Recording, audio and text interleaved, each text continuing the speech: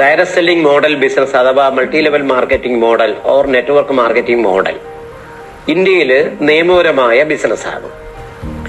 ഈ നിയമം ഉണ്ടാക്കിയത് അല്ലെങ്കിൽ നിയമം ആക്കിയത് 9/9/2016 അതിനു മുമ്പ് നിയമമില്ല. ആ നിയമത്തിലെ ഗൈഡ് ലൈനിലെ ക്ലാസ് 9 അനുസരിച്ച് മോണിറ്ററിംഗ് നടത്തേണ്ടത് സംസ്ഥാനങ്ങളുടെ ജോലിയാണ് പറഞ്ഞിട്ടുണ്ടത്. ആ വകുപ്പനുസരിച്ച് ഇന്ത്യയിൽ ഇതുവരെ 16 സംസ്ഥാനങ്ങളിൽ മോണിറ്ററിംഗ് നിയമം ഉണ്ടാക്കിയിട്ടുണ്ട്. അതിൽ കേരളവും തെലങ്കാനയും ആന്ധ്രയും കർണാടകയും തമിഴ്നാടും എല്ലാം വരും. 2018 കൺസ്യൂമർ പ്രൊട്ടക്ഷൻ ആക്ടിലൂടെ കൺസ്യൂമർ പ്രൊട്ടക്ഷൻ ബിൽ 2018 നിങ്ങൾ ചെക്ക് ചെയ്താൽ സൈറ്റിൽ നിന്ന് എടുക്കാം. ചാപ്റ്റർ 1.13 അതിലൂടെ ഈ ബിസിനസ് മോഡലിനെ കൺസ്യൂമർ പ്രൊട്ടക്ഷൻ ആക്ടിനകത്ത് ഇൻസെർട്ട് ചെയ്തിട്ടുണ്ട്. നിയമപരമായ ഒരു ബിസിനസ്സാണ് ഇപ്പോൾ രാജ്യത്തുള്ളത്. ഈ പ്രസ്തുത തെലങ്കാന സംസ്ഥാനത്ത് 1/12/2017 ഈ മോണിറ്ററിംഗ് ലാ ഉണ്ടാക്കി ഗസറ്റ് രൂപത്തിൽ പബ്ലിഷ് ചെയ്തിട്ടുണ്ട്. ഈ നിയമം ഉണ്ടാക്കാനുള്ള കാരണം നിലവിലെ മണി സർക്കുലേഷൻ നിരോധന നിയമം നിലനിൽക്കുന്നുണ്ട്. മണി സർക്കുലേഷൻ നിരോധന നിയമം PCMC-B ബാനിംഗ് ആക്ട് 1978 ഇന്ത്യ പാസാക്കിയത്. ആ നിയമം ഇപ്പോഴും നിലനിൽക്കുന്നുണ്ട്. ഇന്ത്യയിലെ multi level marketing model business തുടങ്ങിയത് 1995 5 മുതലാണ്. 78 PCMC ആക്ട് നിലവിൽ വന്നത്. 95 മുതലാണ് multi level marketing model product based കമ്പനികൾ ഇന്ത്യയിൽ തുടങ്ങിയത്. 95-2011 വരെ വളരെയധികം കമ്പനികൾ ഈ നിയമം അനുസരിച്ച് അന്ന് നിയമമില്ല. വളരെയധികം കമ്പനികൾ, വിദേശ കമ്പനികളും ഇന്ത്യൻ കമ്പനികളും ഈ രംഗത്ത് പ്രവർത്തിച്ചു. അന്ന് ആന്ധ്രാപ്രദേശ് ഒറ്റ സ്റ്റേറ്റാണ്, തെലങ്കാനയും AP-യും കൂടെ ഒന്നാണ്. 1978 PCMC ബാനിംഗ് ആക്ടിൽ സെക്ഷൻ 2(2)C എന്ന് പറയുന്ന വകുപ്പ് കണ്ടെത്തിയിട്ട് ആ വകുപ്പ് ചേർത്താണ് ആംവേ എന്ന് പറയുന്ന അമേരിക്കൻ കമ്പനിക്കെതിരെ കേസെടുത്തത്. ആംവേയുടെ CEO ആയ അമേരിക്കൻ പൗരന്റെ പേരിലും കേസെടുത്ത് അവിടെ പോലീസ് അറസ്റ്റ് ചെയ്ത് ജയിലിലിട്ടത്. ഈ ഒരു സമയമാണ് ആദ്യം കേരള ഗവൺമെന്റ് നിയമനിർമ്മാണത്തിന് തയ്യാറായി. 2015 ജൂലൈയിൽ Kerala value added tax KVAT ആക്ടിനകത്ത് ഇൻസെർട്ട് ചെയ്ത് ആദ്യം കേരള ഗവൺമെന്റ് ആണ് മൾട്ടി ലെവൽ മാർക്കറ്റിംഗ് മോഡലിന് നിയമം ഇറക്കിയത്. തുടർന്ന് 2015-16 കേന്ദ്ര ഗവൺമെന്റും കൺസ്യൂമർ പ്രൊട്ടക്ഷൻ ആക്ടിനകത്ത് ഇൻസെർട്ട് ചെയ്ത് നിയമമാക്കി. ഈ നിയമത്തിൽ വ്യക്തമായി പറയുന്നു, മണി സർക്കുലേഷൻ നിരോധന നിയമത്തിലെ ആ ഒരു ക്ലാസിനെ ഡിഫറൻഷിയേറ്റ് ചെയ്യാൻ വേണ്ടിയാണ്, തരംതിരിക്കാൻ വേണ്ടിയാണ് ഈ നിയമം ഇറക്കിയത്. മൾട്ടി ലെവൽ മാർക്കറ്റിംഗ് മോഡലിന് ഇങ്ങനൊരു നിയമം വന്നില്ലെങ്കിൽ എന്നും ഈ PCMCയുടെ സെക്ഷൻ 2C അപ്ലൈ ചെയ്ത് കേസെടുക്കാം. അതുകൊണ്ടാണ് തരംതിരിക്കാൻ വേണ്ടി ഡിഫറൻഷിയേറ്റ് ചെയ്യുക, സെഗ്രിഗേറ്റ് ചെയ്യുക. ആ നിയമത്തിൽ തന്നെ മനസ്സിലാവും എന്താണ് ആ നിയമത്തിൽ പറഞ്ഞിരിക്കുന്ന പോയിന്റുകൾ.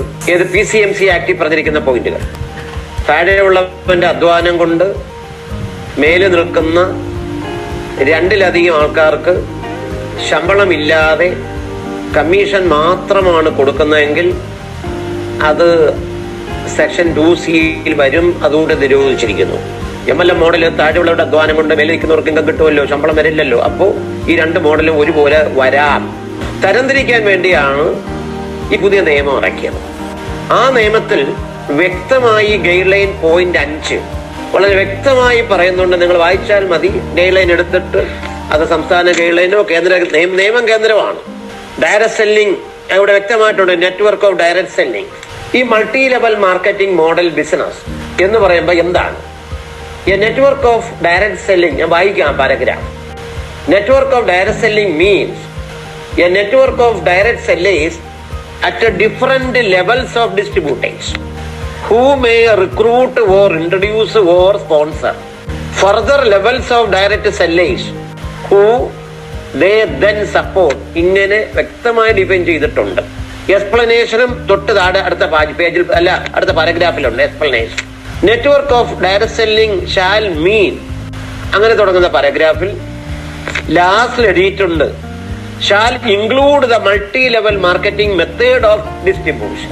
അപ്പൊ ഈ ഒരു വാക്ക് ഉണ്ടായാലേ ഒക്കൂ. അത് വ്യക്തമായി shall include the multi level marketing method of distribution എഴുതിയിട്ടുണ്ട്.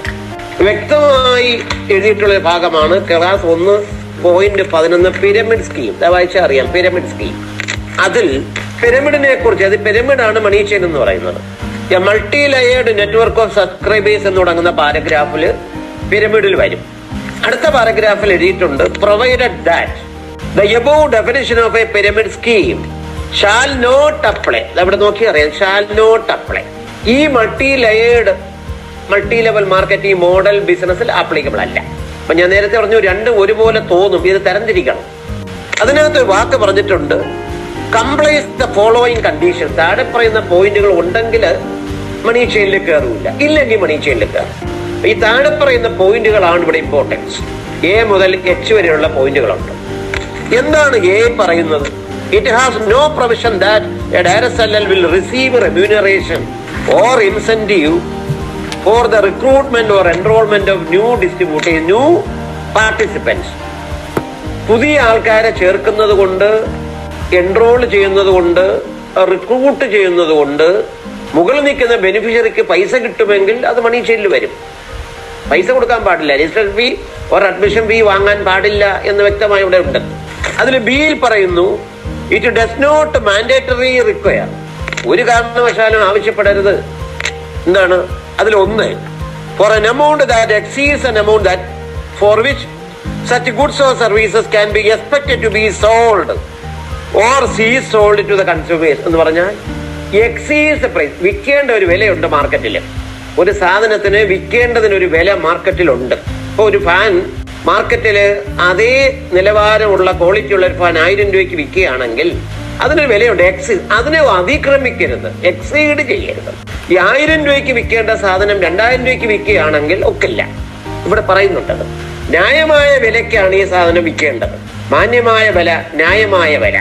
ഒരു ഉൽപ്പന്നത്തിന് വില ഫിക്സ് ചെയ്യുന്നത് ഉൽപാദകനാണ്, എങ്കിലും ന്യായമായ വിലയായിരിക്കണം എന്നിവിടെ പറയുന്നുണ്ട്. അതില് രണ്ടാമത്തെ പോയിന്റ് പറയുന്നു ഒരു പാർട്ടിയെ കൊണ്ട് അമിതമായി വാങ്ങി ബ്ലോക്ക് ചെയ്യിക്കുന്നതിന് നിർബന്ധിക്കരുത്. വാങ്ങുന്ന സാധനം വിറ്റ് പോകാൻ കഴിഞ്ഞില്ല എങ്കിൽ ആ പാർട്ടിയുടെ പൈസ പോകും. അതുകൊണ്ട് അങ്ങനെ വരാൻ ഒരിക്കലും ഈ മോഡൽ അനുവാദം നിർബന്ധിക്കരുത്. മൂന്നാമത്തെ പോയിന്റ് സിയിൽ പറയുന്നു it does not require a participant pay any entry ഫീയോ രജിസ്ട്രേഷൻ ഫീയോ വാങ്ങരുത്. ആദ്യം എന്താ പറഞ്ഞത്? കൊടുക്കരുത്. രണ്ടാമത് പറയുന്നത് വാങ്ങരുത്. രജിസ്ട്രേഷൻ ഫീയോ അഡ്മിഷൻ ഫീയോ വാങ്ങുകയാണെങ്കിൽ അത് ഈ മണി ചെയിനിൽ കയറാം. അടുത്ത പറയുന്നത് it provides a participant with a written contract. ഡിയിൽ പറയുന്നു ഡിസ്ട്രിബ്യൂട്ടറും കമ്പനിയും തമ്മിൽ വ്യക്തമായ ഒരു കോൺട്രാക്ട് ഉണ്ടായിരിക്കണം. അങ്ങനെ ഒരു കോൺട്രാക്ട് ഇല്ലെങ്കിൽ അത് മണി ചെയിൻ ആയിപ്പോകും. കാരണം ഈ നിയമം ഉണ്ടാക്കിയ തൊഴിലായ്മ പരിഹരിക്കാനാണ്. തൊഴിൽ കൊടുക്കുമ്പോൾ അതിനകത്ത് വ്യക്തത വേണം, എത്ര നാളത്തേക്കാണ്. അതിൽ 4ാമത്തെ ക്ലാസ്സിൽ വിശദമായി അത് പറയുന്നുണ്ട്, എങ്ങനെയാണ് തൊഴിൽ കൊടുക്കേണ്ടതെന്നൊക്കെ.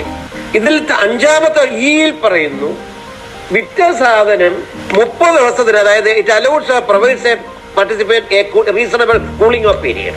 എന്താണ് ഈ കൂളിംഗ് ഓഫ് പീരീഡ് എന്ന് പറഞ്ഞാൽ? ഒരു പാർട്ടി ഇതിനകത്ത് പാർട്ടിസിപ്പേറ്റ് ചെയ്തു, അദ്ദേഹത്തിന് അത് ക്യാൻസൽ ചെയ്യാനുള്ള ഒരു സമയപരിധി കൊടുക്കണം. അങ്ങനെ സമയം ക്യാൻസൽ ചെയ്യാൻ ആ ഡിസ്ട്രിബ്യൂഷൻഷിപ്പ് അഥവാ പാർട്ടിസിപ്പേഷൻ തനിക്ക് വേണ്ടെങ്കിൽ LICയിലേക്ക് അങ്ങനെയുണ്ട്. LICയിൽ നമ്മൾ ജോയിൻ ചെയ്തു, പൈസ അടച്ചു, 30 ദിവസത്തിനകത്ത് എനിക്കത് വേണ്ട എന്ന് പറഞ്ഞ് മെയിൽ കൊടുത്താൽ നമ്മുടെ പൈസ തിരിച്ചു തരണം. അതുപോലെ ഒരു ഡിസ്ട്രിബ്യൂട്ടറെ നിർബന്ധിച്ചോ മറ്റോ ഇതിനകത്ത് വന്നു എന്ന് വെച്ചോ, അല്ലെങ്കിൽ ആരോ പറഞ്ഞപ്പോ വന്നു, പിന്നീട് അദ്ദേഹത്തിന് ബോധ്യപ്പെട്ടു എനിക്ക് ഈ ബിസിനസ് വേണ്ട, അദ്ദേഹത്തിന്റെ ഡിസ്ട്രിബ്യൂഷൻഷിപ്പ് ക്യാൻസൽ ചെയ്യാൻ ഒരു സമയം കൊടുക്കണം. അതിനെയാണ് കൂളിംഗ് ഓഫ് പീരീഡ് എന്ന് പറയുന്നത്. അതുപോലെ it provides a participant reasonable, it allows or provides for a buy back. വിറ്റ സാധനം തിരിച്ചെടുക്കണം. 30 ദിനത്തിന് വേണ്ടിയിട്ടുണ്ട്. 30 ഡേയ്സിനകത്ത് വിറ്റ സാധനം അഥവാ വാങ്ങിയ സാധനം പാർട്ടി പറയാണ് എനിക്ക് വേണ്ട, നിങ്ങൾ ഈ പൈസ എടുത്തിട്ട് ഈ സാധനം തിരിച്ചെടുത്തിട്ട് പൈസ തരണം എന്ന് പറഞ്ഞാൽ ആ പൈസ കമ്പനി കൊടുത്തിരിക്കണം, ടാക്സ് മൈനസ് ചെയ്തിട്ട്.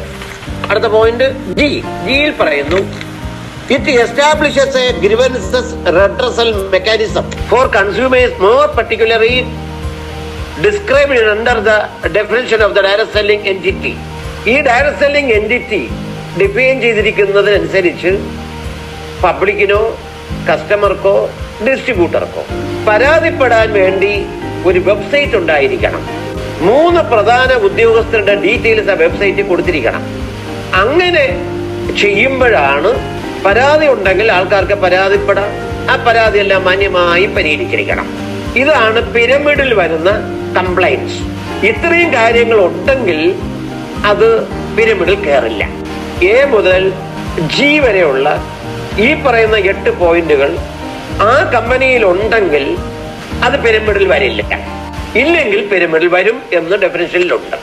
ഈ ഗൈഡ് ലൈനിൽ ക്ലാസ് 1 13ാമത്തെ പോയിന്റ് പറയുന്നു. ക്ലാസ് 1 13 എങ്ങനെയാണ് റെമ്യൂണറേഷൻ കൊടുക്കേണ്ടത് വ്യക്തമായി അവിടെ പറയുന്നു. Have no provision that a direct seller will receive remuneration from the recruitment or participant in such a direct selling. Enrol ചെയ്യുന്നത് കൊണ്ടോ റിക്രൂട്ട് ചെയ്യുന്നതിനോ പൈസ ഡിസ്ട്രിബ്യൂട്ടർക്ക് കിട്ടാൻ പാടില്ല, കൊടുക്കരുത്. അടുത്ത paragraph. Ensure that direct seller shall receive remuneration derived from the sale of goods or services. വിൽക്കുന്ന പ്രോഡക്റ്റിന്റെ ആ സെയിലിന്റെ വോളിയത്തിൽ നിന്ന് മാത്രമേ കമ്മീഷൻ കൊടുക്കാവൂ. വ്യക്തമായി ഇത് പറയുന്നു. ഈ പോയിന്റുകളിൽ നിന്നുകൊണ്ടാണ് ഇത് നിയമപരമാണോ അല്ലയോ എന്ന് ക്രോസ് ചെക്ക് ചെയ്യേണ്ടത്. ക്ലാസ് 2 പറയുന്ന കാര്യം നിങ്ങൾ ശ്രദ്ധിക്കണം. ഒരു company conditions or setting up of A direct selling. ഒരു കമ്പനി എങ്ങനെ ആയിരിക്കണം അതിൽ പറയുന്നു. B A registered legal entity under the laws of India. രാജ്യത്ത് നിലനിൽക്കുന്ന നിയമം അനുസരിച്ച് ആ company register ചെയ്തതായിരിക്കണം.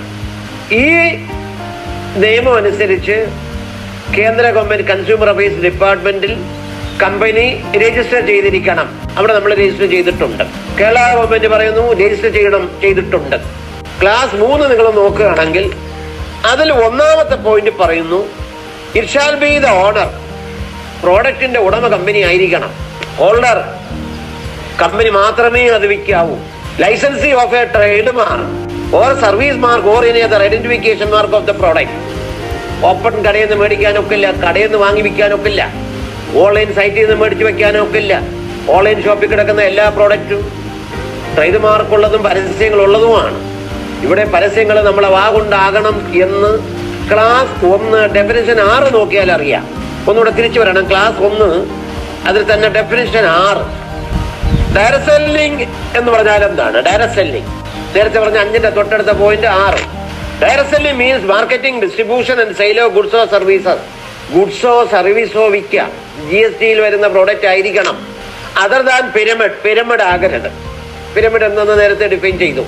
Provided that such sale of goods or services ഒക്കെ എവിടെ വെച്ച് വിൽക്കണം? കടയിൽ വെച്ച് വിൽക്കരുത്. ഇവിടെ കടയില്ല. Otherwise and through permanent retail location എന്ന് പറഞ്ഞ കടയിലൂടെ അല്ലാതെ to the consumers generally in their houses, അവിടെ വീടുകളിലോ or at there work place, അവിടെ വർക്ക് സ്ഥലങ്ങളിലോ. എങ്ങനെ പരസ്യം ചെയ്യണം? Through explanation and demonstration of such goods or services എന്ന് എഴുതിയിട്ടുണ്ട്. ഇതെല്ലാം നിയമത്തിന്റെ ഡെഫിനിഷൻസ് ആണ് ഞാൻ വായിച്ചത്. നമ്മുടെ കമ്പനി പറഞ്ഞിരിക്കുന്ന എല്ലാ നിയമവും പാലിക്കുന്നുണ്ട്. ക്ലാസ് 2 പറഞ്ഞിരിക്കുന്ന അനുസരിച്ച് കമ്പനി രജിസ്റ്റേർഡ് ആണ്. കേന്ദ്ര ഗവൺമെന്റിൽ അപ്ലൈ ചെയ്തിട്ടുണ്ട്. ഏതൊക്കെ സംസ്ഥാനങ്ങൾ ചോദിച്ചിട്ടുണ്ടോ അവിടെ എല്ലാം അപ്ലൈ ചെയ്തിട്ടുണ്ട്. ക്ലാസ് 3 പറയുന്നത് നമ്മുടെ പ്രോഡക്റ്റ് എക്സ്ക്ലൂസീവ് ആണ്. നമ്മൾ മാത്രമാണ് ഈ പ്രോഡക്റ്റ് വിൽക്കുന്നത്. ഹോൾഡർ നമ്മൾ മാത്രമേ വിൽക്കാവൂ. License of the trade mark കമ്പനിയുടെ പേരിൽ ആയിരിക്കണം. ഇനി നമ്മൾ ക്ലാസ് 1 പറയുന്നത് കടയിൽ വെച്ച് വിൽക്കുന്നില്ല. എല്ലാ നിയമവും പാലിച്ചിട്ടുണ്ട്. നമ്മളെ കമ്പനി രജിസ്ട്രേഷൻ ഫീയോ അഡ്മിഷൻ ഫീയോ വാങ്ങുന്നുണ്ടോ? ഇല്ലല്ലോ. കമ്പനി എൻറോൾമെന്റിനോ റിക്രൂട്ട്മെന്റിനോ പൈസ കൊടുക്കുന്നുണ്ടോ? ഇല്ലല്ലോ. സാധനങ്ങൾക്ക് വില കൂട്ടി വിൽക്കുന്നുണ്ടോ? ഇല്ലല്ലോ. അങ്ങനെ സാധനങ്ങൾക്ക് വില കൂട്ടി വിൽക്കുകയാണെങ്കിൽ തിരിച്ചു തന്നാൽ പൈസ കൊടുക്കുന്നുണ്ടല്ലോ. എനിക്കിത് വേണ്ട എന്ന് പറഞ്ഞാൽ റീഫണ്ട് പ്ലാൻ ഉണ്ടല്ലോ. ഡിസ്ട്രിബ്യൂഷൻ ഇപ്പൊ ക്യാൻസൽ ചെയ്യാൻ കൂളിംഗ് ഓഫ് പീരീഡ് 30 ദിവസം ഉണ്ടല്ലോ. നിങ്ങൾ അതിനെന്ത് ചെയ്യണം? ആ കോൺട്രാക്ട് അഗ്രിമെന്റ് എടുക്കണം. ആ കോൺട്രാക്ട് അഗ്രിമെന്റിൽ 64 പോയിന്റ് പറഞ്ഞിട്ടുണ്ട് നമ്മുടെ ആപ്ലിക്കേഷൻ ഫോമിൽ. വളരെ വ്യക്തമായി ഈ പോയിന്റുകളെല്ലാം 1, 2 അങ്ങനെ എഴുതിയിട്ടിട്ടുണ്ട്. കൂളിംഗ് ഓഫ് പീരീഡ് 30 ദിവസമാണ്. കോൺട്രാക്ട് അഗ്രിമെന്റ് ഉണ്ട്. പിന്നെ റീഫണ്ട് പ്ലാൻ 30 ഡേയ്സ് ആണ്. ആർക്കെങ്കിലും പ്രോഡക്റ്റ് എക്സ്ചേഞ്ച് ചെയ്യണമെങ്കിൽ 6 മാസം സമയമുണ്ട്. സകല കാര്യങ്ങളും അതിനകത്ത് എഴുതിയിട്ടുണ്ട്. വ്യക്തമായി 3ാമത്തെ പോയിന്റിലുണ്ട്. ഈ പറയുന്ന ബെനിഫിറ്റ് അല്ലാതെ നിങ്ങൾ അഡീഷണൽ ഒന്നും കിട്ടാൻ അർഹതയില്ല എന്നും പറയുന്നുണ്ട്, കമ്പനിയുടെ പ്ലാനിൽ നിന്നല്ലാതെ. ഇപ്പൊ ഇത്രയും കാര്യങ്ങളാണ് ഇവിടെ വേണ്ടത്. ഇതനുസരിച്ചാണ് നമ്മുടെ കമ്പനി ഈ ബിസിനസ് ചെയ്തുകൊണ്ടിരിക്കുന്നത്. ഞങ്ങൾക്ക് പോലും നിങ്ങൾക്ക് പോലും ഇത് കയ്യിലുണ്ടെങ്കിൽ ആരാ വായിക്കാറുള്ളത്? ആവശ്യം വരുമ്പല്ലേ വായിക്കുള്ളൂ. നമുക്ക് രജിസ്ട്രേഷൻ ഫീ ഉണ്ടോ? ഇല്ല. നമുക്ക് ഈ പറയുന്ന എല്ലാ സത്യവും നമ്മുടെ കയ്യിലുള്ളത് കൊണ്ട് എവിടെയായിരുന്നാലും ഏത് കോടതിയിലായിരുന്നാലും സത്യമാണ് വിജയിക്കുന്നത്. സത്യം വിജയിപ്പിക്കാൻ വേണ്ടി കോടതിയേ ഉള്ളൂ. ഗവൺമെന്റിൽ പോയാലും ഗവൺമെന്റ് എല്ലാം നോക്കട്ടെ. നിങ്ങൾക്ക് എല്ലാവർക്കും അറിയാം, രാജ്യത്തെ ജനാധിപത്യം നിലനിർത്തുന്ന 4 തൂണുകളാണ്. ഒന്ന് ഗവൺമെന്റ് ഒരു തൂണാണ്. ജനാധിപത്യത്തിന്റെ ഒരു തൂണ് ഏതാണ്? അത് ഗവൺമെന്റാണ്. രണ്ടാമത്തെ തൂണ് അത് മീഡിയയാണ്. മൂന്നാമത്തെ തൂണ് അത് പോലീസാണ്. നാലാമത്തെ തൂണ് കോടതിയാണ്. ഈ 4 തൂണുകൾ നിൽക്കുമ്പോഴാണ് ജനാധിപത്യം മുന്നോട്ട് പോകുന്നത്. ക്ലിയറായ? അപ്പോ 2011-12 കാലങ്ങളിൽ നിയമമില്ലായിരുന്നതാണ് പ്രശ്നമെങ്കിൽ ഇപ്പോഴത്തെ പ്രശ്നം ഈ ഉദ്യോഗസ്ഥന്മാരെ പഠിപ്പിക്കലാണ്. അതിനുവേണ്ടി അടിയന്തരമായി എല്ലാ കമ്പനികളും, ഇപ്പൊ ഇന്ത്യയിൽ തന്നെ IDSA, Indian director sellers association എന്ന് പറയുന്ന ഡൽഹി ആസ്ഥാനമായ ഒരു സംഘടനയുണ്ട്, IDSA. അവരുടെ പ്രതിനിധികൾ എല്ലാവരും നമ്മളുമായിട്ട് നിരന്തരമായി ചർച്ച ചെയ്യുന്നു. IDSA ആൾറെഡി മെനിങ്ങാന്ന് കേന്ദ്ര ഗവൺമെന്റ് ലെറ്റർ കൊടുത്തു. ആന്ധ്രയിലെ മറ്റൊരു സംഘടനയുണ്ട്, FDSA, federation of Indian director sellers association. അപ്പൊ അദ്ദേഹവും അദ്ദേഹത്തിന്റെ സംഘടനയും IDSAയും സംഘടനയും എല്ലാവരും ഇപ്പൊ ഒരുമിച്ച് നിന്നാണ് പ്രവർത്തിച്ചുകൊണ്ടിരിക്കുന്നത് ഈ നിയമം പെർഫെക്റ്റ് ആക്കാൻ വേണ്ടി. ഈ നിയമത്തിന്റെ പെർഫെക്ഷനിലേക്ക് വരുമ്പോൾ എന്തായിരുന്നാലും ഇപ്പൊ ഇത്രയും കലങ്ങി നിൽക്കുന്ന ഇത് നമ്മുടെ സബ്ജക്ട് മാത്രമല്ല, മൊത്തം ഇൻഡസ്ട്രിയുടെ സബ്ജക്റ്റാണ്. അപ്പൊ മൊത്തം ഒരു ഇൻഡസ്ട്രിയുടെ സബ്ജക്റ്റ് ആയതുകൊണ്ട് കറക്റ്റ് ചെയ്ത് കിട്ടണം എന്ന് എല്ലാ കമ്പനിക്കാരും എല്ലാ കമ്പനി മാനേജ്മെന്റും ആഗ്രഹിക്കുകയാണ്. ആ സത്യം വിജയിക്കും എന്നുള്ളത് കൊണ്ട് നമ്മുടെ ഭാഗം എല്ലാം സത്യമാണ്. അതുകൊണ്ട് വിജയം ഉറപ്പാണ്. ഒരു നല്ല കാര്യത്തിന് മുമ്പ് അല്പം ബുദ്ധിമുട്ടുണ്ടാകും. എന്തായിരുന്നാലും ഒരു കറക്ഷനാണ് ഇവിടെ വരുന്നത്. നേരത്തെ നിയമമില്ലാത്ത സമയത്ത് ഒരുപാട് ഞങ്ങൾ ബുദ്ധിമുട്ടിയിട്ടുണ്ട്. അങ്ങനെ ബുദ്ധിമുട്ടിയത് കൊണ്ടാണ് നിയമം വന്നത്. ഇപ്പോൾ ഒരല്പം ബുദ്ധിമുട്ട് വരുമ്പോൾ കറക്ഷൻ വരും. ഈ ഇൻഡസ്ട്രിയെ ഭയങ്കരമായി ഡെവലപ്പ് ചെയ്യിപ്പിക്കാൻ പറ്റുന്ന എല്ലാ സപ്പോർട്ടും ഗവൺമെന്റും ചെയ്യും. അപ്പൊ ഈ കറക്ഷൻ വന്നതിന് ശേഷം ഈ ഇൻഡസ്ട്രി ഭയങ്കരമായി ബൂം ചെയ്യുകയും ചെയ്യും. വ്യക്തമായി ഞാൻ എന്താണോ ഇവിടെ പറഞ്ഞത് ആ പറഞ്ഞ കാര്യങ്ങൾ. അപ്പൊ ഇത് നിങ്ങൾ ആൾക്കാരെ പഠിപ്പിച്ചെടുക്കണം. കേരളത്തിലെ നിയമവും ഇന്ത്യയുടെ നിയമവും അനുസരിച്ച് ഒരു പാർട്ടിക്ക്, ഡിസ്ട്രിബ്യൂട്ടർക്കോ പബ്ലിക്കിനോ കസ്റ്റമർക്കോ പരാതികളുണ്ടെങ്കിൽ ആദ്യം പരാതിപ്പെടേണ്ടത് കമ്പനിയുടെ വെബ്സൈറ്റിൽ കയറിയാണ്. അത് നിങ്ങൾ എവിടെ കിടക്കുന്നു എന്ന് നോക്കുമ്പോൾ കേരള ഗവൺമെന്റ് ഇറക്കിയ ഗൈഡ്ലൈനിൽ 29ാമത്തെ പേജ് ഒന്ന് എടുക്കണം. ആരുടെയെങ്കിലും കയ്യിലുണ്ടോ? ഇപ്പോൾ 29ാമത്തെ പേജ് ഗൈഡ്ലൈൻ അല്ല, കേരള ഗവൺമെന്റ് ഗസറ്റ്. ആ 29ാമത്തെ പോയിന്റിൽ കാണുന്നത് കണ്ടോ? അതിന് procedure for disposal of compliance എന്ന് കിടപ്പുണ്ട്. ആരെങ്കിലും നിങ്ങളുടെ താഴെ നിൽക്കുന്ന ആൾക്കാർ പരാതികൾ പറയുകയാണെങ്കിൽ, പരാതികൾ ഉന്നയിക്കുകയാണെങ്കിൽ ഈ പ്രൊസീജിയർ കംപ്ലീറ്റ് ചെയ്യാൻ പറയണം. അതിനകത്ത് പറഞ്ഞിട്ടുണ്ട്, കസ്റ്റമർക്കോ ഡിസ്ട്രിബ്യൂട്ടർക്കോ പബ്ലിക്കിനോ ഏതെങ്കിലും പരാതികൾ ഉണ്ടെങ്കിൽ ആദ്യം കമ്പനിയുടെ വെബ്സൈറ്റിൽ കയറി കമ്പനിയിലാണ് പരാതിപ്പെടേണ്ടത്. അവിടെ കാണുന്നുണ്ടോ? 45 ദിവസമെന്ന് അവിടെ എഴുതിയിട്ടുണ്ട്. 45 ദിവസത്തിനകത്ത് ആ പരാതിക്ക് പരിഹാരം കമ്പനിയുടെ ഭാഗത്തുനിന്ന് ഉണ്ടായില്ല എങ്കിൽ ആ പരാതി ജില്ലാ അതോറിറ്റിക്ക്, ഗവൺമെന്റിന്റെ ഓഫീസർക്ക് പരാതിപ്പെടണം. ആ സിഗ്നിഫിക്കന്റ് ഓഫീസർ ആ പരാതി കിട്ടി 10 ദിവസത്തിനകത്ത് ആ പരാതി കമ്പനിക്ക് ഫോർവേഡ് ചെയ്യണം. അതിനകത്ത് എഴുതിയിട്ടുണ്ട്. പരാതി ഫോർവേഡ് ചെയ്ത് 10 ദിവസത്തിനകത്ത് ആ പരാതിക്ക് വീണ്ടും പരിഹാരം കമ്പനിയുടെ ഭാഗത്തുനിന്ന് ഉണ്ടായില്ല എങ്കിൽ ആ പരാതി അതോറിറ്റിക്ക് ഫോർവേഡ് ചെയ്യണം. കേരളത്തില് നിങ്ങൾക്കറിയാം 9 മോണിറ്ററിംഗ് അതോറിറ്റിയാണ് പോസ്റ്റ് ചെയ്തിരിക്കുന്നത്. കേരളത്തില് സെപ്പറേറ്റ് അതോറിറ്റി ഉണ്ട്. അപ്പൊ അവിടെ പരാതി കൊടുക്കണം. അതാണ് അവർക്ക് ചാർജ്. കമ്പനിയുടെ സ്റ്റെപ്പ് കഴിഞ്ഞതിന് ശേഷം ജോയിന്റ് കളക്ടർക്ക് കൊടുക്കണം. ജോയിന്റ് കളക്ടർ കമ്പനിക്ക് അയക്കണം. അടുത്ത 15 ദിവസത്തിനകത്ത് പരിഹാരം ഉണ്ടായില്ലെങ്കിൽ ഈ പറയുന്ന അതോറിറ്റിക്ക് അവർ കൊടുക്കണം.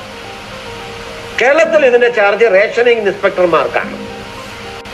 ഓരോ ജില്ലയിലും റേഷനിങ് ഇൻസ്പെക്ടർമാരുണ്ട്. അവർക്കാണ് ആർക്കെങ്കിലും പരാതി ഉണ്ടെങ്കിൽ കൊടുക്കേണ്ടത്. ഈ എഴുതി വെച്ചിരിക്കുന്നത് പോലെ 10 ദിവസത്തിനകത്ത് പരാതി എത്തി പരാതി കമ്പനിക്ക് അയച്ച് 15 ദിവസത്തിനകത്ത് അതിന് പരിഹാരം ഉണ്ടായില്ലെങ്കിൽ ഈ ഡിസിഗ്നേറ്റർ ഓഫീസർ, അഥവാ കേരളത്തിൽ ആര്? റേഷനിങ് ഇൻസ്പെക്ടർ, ജില്ലാ ലെവലിലുള്ള. ഈ ഡെസിഗ്നേറ്റഡ് ഓഫീസറെ എന്നാണ് അതോറിറ്റി കംപ്ലൈന്റ് മേടിക്കേണ്ടത്. എന്നിട്ട് ഈ അതോറിറ്റിയുടെ ജോലി ഗുഡ്സ് പ്രോഡക്റ്റിന്റെ ക്വാളിറ്റിയുമായി ബന്ധപ്പെട്ട പരാതിയാണെങ്കിൽ അതിനകത്ത് എഴുതിയിട്ടുണ്ട്, അത് കൺസ്യൂമർ കോർട്ടിലേക്ക് കേസെടുക്കാൻ അതോറിറ്റി റെഫർ ചെയ്യും. അതോറിറ്റി കൺസ്യൂമർ കോർട്ടിന് കേസെടുക്കാൻ വേണ്ടി കൺസ്യൂമർ കോർട്ടിലെ ചാർജിലേക്ക് കൊടുക്കും. അവര് കേസെടുത്തോളണം, പോലീസിന് കേസെടുക്കാനൊക്കില്ല. മണി സർക്കുലേഷന് ലക്ഷണം കണ്ടെന്ന് വന്നാൽ ഇവിടെ വായിച്ചോ, തൊട്ടടുത്ത് PCMC ആക്ടിൽ വരുന്നു എന്ന് ബോധ്യപ്പെട്ടാൽ അത് തിരുവനന്തപുരത്ത് ഉയർന്ന പോലീസ് ഓഫീസർ, ആ ADGP റാങ്കില് ഉള്ള ഓഫീസറാണ് കേസെടുക്കേണ്ടത്. അല്ലാതെ ലോക്കൽ പോലീസിന് കേസെടുക്കാനൊക്കില്ല. ടാക്സുമായി ബന്ധപ്പെട്ട പരാതിയാണെങ്കിൽ ടാക്സ് കമ്മീഷണർക്ക് കൈമാറും, ടാക്സ് കമ്മീഷണർ കേസെടുക്കും. അളവ് തൂക്കമാണെങ്കിൽ അതിനകത്ത് എഴുതിയിട്ടുണ്ട്, മെട്രോളജി, ലീഗൽ മെട്രോളജി ഡിപ്പാർട്ട്മെന്റ് കൈമാറും. അപ്പൊ ലീഗൽ മെട്രോളജിയോ ടാക്സ് കമ്മീഷണറോ ADGP റാങ്ക് പോലീസ് ഓഫീസറോ അല്ലെങ്കിൽ കൺസ്യൂമർ കോർട്ടോ ഇവർക്കാണ് ഈ കേസിലെടുക്കാനുള്ള അധികാരം കൊടുത്തിരിക്കുന്നത്. പോലീസ് ഓഫീസർക്ക് ഒരു അധികാരവും ഇല്ല. ക്ലാസ് 10 എങ്ങനെയാണ്? Power of entry and research and search of the company. പോലീസിനല്ല അധികാരം കൊടുത്തിരിക്കുന്നത്. Power of entry and search, enforcement officer not below the rank of general manager, industries department and gazetted office of the vigilance enforcement. അവർക്കാണ് ഈ office പരിശോധിക്കാനുള്ള അധികാരം ആ സ്റ്റേറ്റിൽ കൊടുത്തിരിക്കുന്നത്. ആർക്കെങ്കിലും പരാതി ഉണ്ടെങ്കിൽ അപ്പീലിന് പോകാം. അപ്പീലിന് പോകേണ്ടത് എവിടെയാണ്? Any person agreed by any other passed by the joint collector. അത് ആർക്ക് പോകാം? അത് കളക്ടറിലേക്ക് പോകാം. ഇവിടെ നമ്മുടെ സത്യം എന്താണ് എന്നുള്ള കാര്യം ജനങ്ങളെ ബോധ്യപ്പെടുത്തിയാൽ ജനം ഇപ്പോൾ ഉള്ളതിനേക്കാൾ വളരെ കൂടുതൽ കോൺഫിഡൻസ് ബിൽഡ് ചെയ്യാൻ ജനത്തിന് കഴിയും. അതോടൊപ്പം തന്നെ ഈ ചോട്ടാമോട്ട കമ്പനീസ് എല്ലാം മാറിത്തരും. അതോടുകൂടി നമ്മുടെ ബിസിനസ് എല്ലാം ഭംഗിയാക്കി കൊണ്ടുപോകാൻ ഈ നിയമത്തിന്, ഈ ഇൻഡസ്ട്രിക്ക് കഴിയും. 2012 അറസ്റ്റിലൂടെയാണ് ഈ നിയമം ഉണ്ടായതെങ്കിൽ ഇപ്പോ ഈ നാട്ടിലെ എല്ലാ ഓഫീസർമാരും ഈ നിയമം എന്തെന്ന് പഠിക്കും. പ്രത്യേകിച്ച് പോലീസ് ഓഫീസർമാർ, കാരണം ഇത് ആരും പഠിക്കുന്നില്ല. പഠിച്ചെങ്കിൽ മാത്രമേ ഒക്കുള്ളൂ. ഇതെല്ലാവരും പഠിപ്പിക്കും. അതിനുവേണ്ടി സെൻട്രൽ ഗവൺമെന്റ് ഭാഗത്തുനിന്നും സംസ്ഥാന ഗവൺമെന്റുകളുടെ ഭാഗത്തുനിന്നും നടപടി ഉണ്ടാകും. അതുകൊണ്ട് ഇതെല്ലാം നിങ്ങൾ മനസ്സിലാക്കി ചെയ്യണം. നിങ്ങളുടെ താഴെയുള്ള ആൾക്കാർ എന്തെങ്കിലും പരാതികൾ പറഞ്ഞാൽ ഈ കാര്യങ്ങൾ ബോധ്യപ്പെടുത്തണം. കാരണം എല്ലാവരുടെയും പരാതി പരിഹരിക്കാനാണ് കമ്പനി നിൽക്കുന്നത്, നിയമം നിൽക്കുന്നത്. നിയമത്തിനനുസരിച്ച് തന്നെയാണ് എല്ലാവരും പ്രവർത്തിക്കേണ്ടത് എന്നുള്ള കാര്യമാണ് നിങ്ങളെ അറിയിക്കാൻ വേണ്ടി ഈ മീറ്റിംഗ് വിളിച്ചത്.